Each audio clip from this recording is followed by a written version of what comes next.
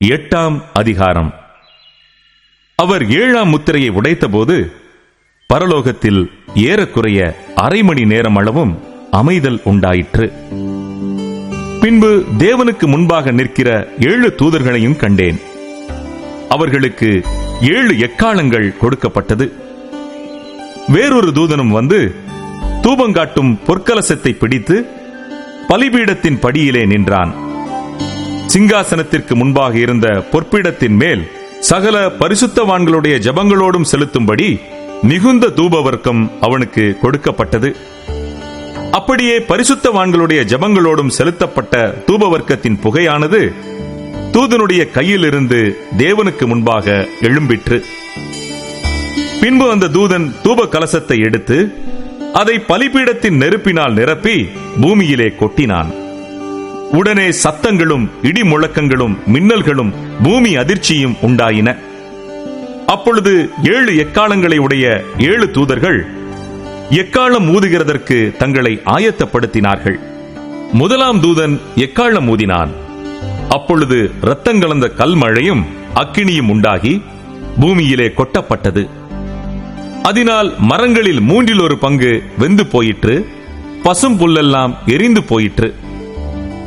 2ஆம் தூதன் எக்காளம் ஊதினான். அப்பொழுது அக்கினியால் எரிகிற பெரிய மலை போன்றதொன்று சமுத்திரத்திலே போடப்பட்டது.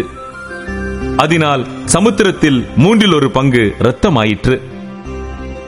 சமுத்திரத்தில் இருந்த ஜீவனுள்ள சிருஷ்டிகளில் 1/3 பங்கு செத்து போயிற்று.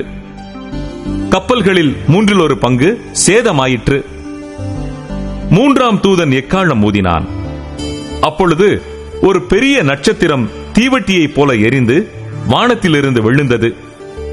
அது ஆறுகளில் 1/3 பங்கின் மேலும் நீரூற்றுகளின் மேலும் விழுந்தது. அந்த நட்சத்திரத்திற்கு எட்டி என்று பெயர். அதனால் தண்ணீரில் 1/3 பங்கு எட்டியைப் போல கசப்பாயிற்று.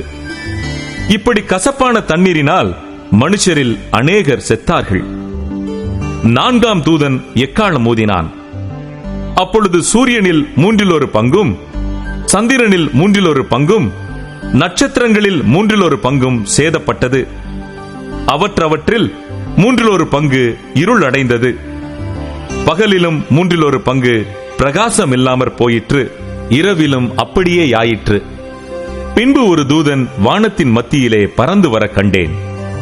அவன் மகா சத்தமிட்டு, இனி எக்காளம் ஊதப் போகிற மற்ற 3 தூதருடைய எக்காள சத்தங்களினால் பூமியில் குடியிருக்கிறவர்களுக்கு ஐயோ ஐயோ ஐயோ, ஆபத்து வரும் என்று சொல்லக் கேட்டேன்.